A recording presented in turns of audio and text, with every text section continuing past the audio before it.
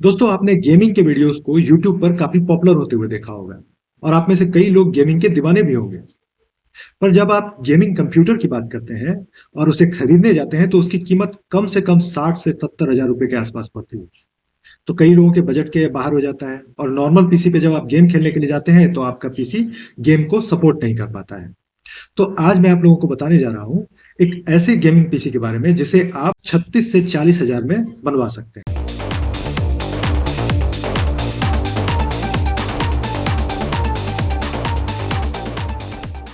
दोस्तों आगे बढ़ने से पहले हमारे YouTube चैनल को जरूर सब्सक्राइब कर लीजिए ताकि आपको इस तरह की बेहतरीन जानकारियां मिलती रहें।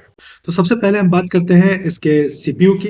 तो इसमें i5 सिक्स जनरेशन का प्रोसेसर आप ले सकते हैं जो कि आपको 3000 से लेकर के 4000 रुपए के आसपास में पड़ेगा और उसमें आपको एक सीपीयू फैन लगाना होगा जो 200 से लेकर 400 रुपए के बीच में आपको मिल जाएगा। यहाँ पर एक बात और है कि अगर आप प्रोसेसर i5 सिक्स जनरेशन का लेते हैं तो वो आपको 4000 के आसपास पड़ता है, लेकिन अगर आप 8th जनरेशन का प्रोसेसर लेते हैं जो थोड़ा और इससे भी बेहतर होगा तो उसकी कीमत आपको 6000 से 8000 के आसपास पड़ जाएगी। तो वो प्रोसेसर थोड़ा और ज़्यादा पावरफुल हो जाएगा। हालांकि i5 सिक्स जनरेशन का प्रोसेसर भी बहुत ही पावरफुल प्रोसेसर है और इस पर आप विंडोज 11 स्मूथली चला सकते हैं और गेमिंग भी आसानी से कर सकते हैं और 3D वीडियो एडिटिंग के काम भी यह बेहतर तरीके से करने में सक्षम है। इसके बाद आपको जरूरत पड़ेगी मदरबोर्ड की। तो H110 मदरबोर्ड आप ले सकते हैं, लेकिन अगर आप थोड़ा हेवी मदरबोर्ड चाह रहे हैं तो उसमें आप 310 मदरबोर्ड ले सकते हैं। तो इस मदरबोर्ड में आपका 6th generation, 7th generation, 8th generation और 9th जनरेशन के प्रोसेसर को यह मदरबोर्ड सपोर्ट करता है। तो इस मामले में ये बेहतर है और इसकी कीमत आपको थोड़ी सी ज्यादा पड़ेगी। अगर आप H110 मदरबोर्ड लेते हैं तो वो आपको करीब करीब 3500 रुपए के आसपास, 35 से 3600 के आसपास पड़ेगा और अगर आप 310 मदरबोर्ड लेते हैं तो ये आपको 6000 के आसपास इसकी कीमत पड़ेगी। उसके बाद बात करते हैं रैम की। तो कम से कम आपको 16 जीबी का रैम लगाना होगा। तो इसकी कीमत आपको करीब करीब 3000 रुपए के आसपास आपको पड़ जाएगी। उसके बाद आपको लगाना होगा एक 256 जीबी का एसएसडी। एनवीएमई आप लगाते हैं तो इसकी कीमत आपको 2000 से लेकर के 3000 रुपए के आसपास में आपको पड़ जाएगी। अलग अलग कंपनियों की कीमत अलग अलग होती है। इसके बाद आपको लगवाना होगा एक बढ़िया ग्राफिक्स कार्ड।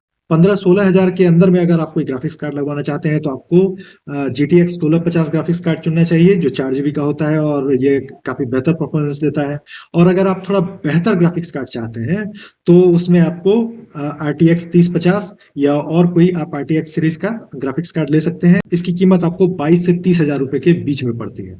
तो आप अपनी पसंद का ग्राफिक्स कार्ड चुन सकते हैं। मैं यहाँ आपको 15 हजार में जो ग्राफिक्स कार्ड, जो बेहतर ग्राफिक्स कार्ड है वो आपको बता रहा हूँ। GTX 1650 एक बेहतर ग्राफिक्स कार्ड है। उसके बाद आपको लेना पड़ेगा एक PSU यानी कि SMPS। तो SMPS आपको थोड़ा पावरफुल लेना होगा। यहाँ पर अगर आप 550 वाट का SMPS लगाते हैं तो ये आपके पीसी के लिए बेहतर होगा। तो इसकी कीमत आपको करीब करीब 4000 से 4500 के बीच में आपको पड़ जाएगी। और एक कैबिनेट की आपको जरूरत पड़ेगी जिसकी कीमत आपको 1000 रुपए से लेकर 2500 रुपए तक के आसपास पड़ेगी। तो इन सबको जोड़ने के बाद जो आपका बजट बन जाएगा वो करीब करीब आपका 36,000 से लेकर के 40,000 के बीच में बनता है। और अगर आप थोड़ा बड़ा बजट का GPU लगवाते हैं तो इसकी कीमत आपको करीब करीब 45,000 से लेकर 46,000 तक के आसपास में आपको पड़ जाएगी। यानी कि अगर देखा जाए तो 36 से 45,000 के बीच में आपको एक बेहतरीन गेमिंग पीसी आपका तैयार हो जाएगा। दोस्तों अगर आप पटना के रहने वाले हैं और अगर आपको यह गेमिंग पीसी का स्ट्रक्चर पसंद आया है तो आप मुझे डायरेक्ट मैसेज कर सकते हैं। यह पीसी आपको उपलब्ध कराया जा सकता है। तो दोस्तों कैसी लगी आपको यह जानकारी? अगर आपको यह वीडियो पसंद आया हो तो प्लीज इसे लाइक कर लीजिए, हमारे इंस्टाग्राम पेज को जरूर फॉलो कर लीजिए और हमारे यूट्यूब चैनल को जरूर सब्सक्राइब कर लीजिए। फिर मिलते हैं नई जानकारी के साथ, तब तक के लिए नमस्कार।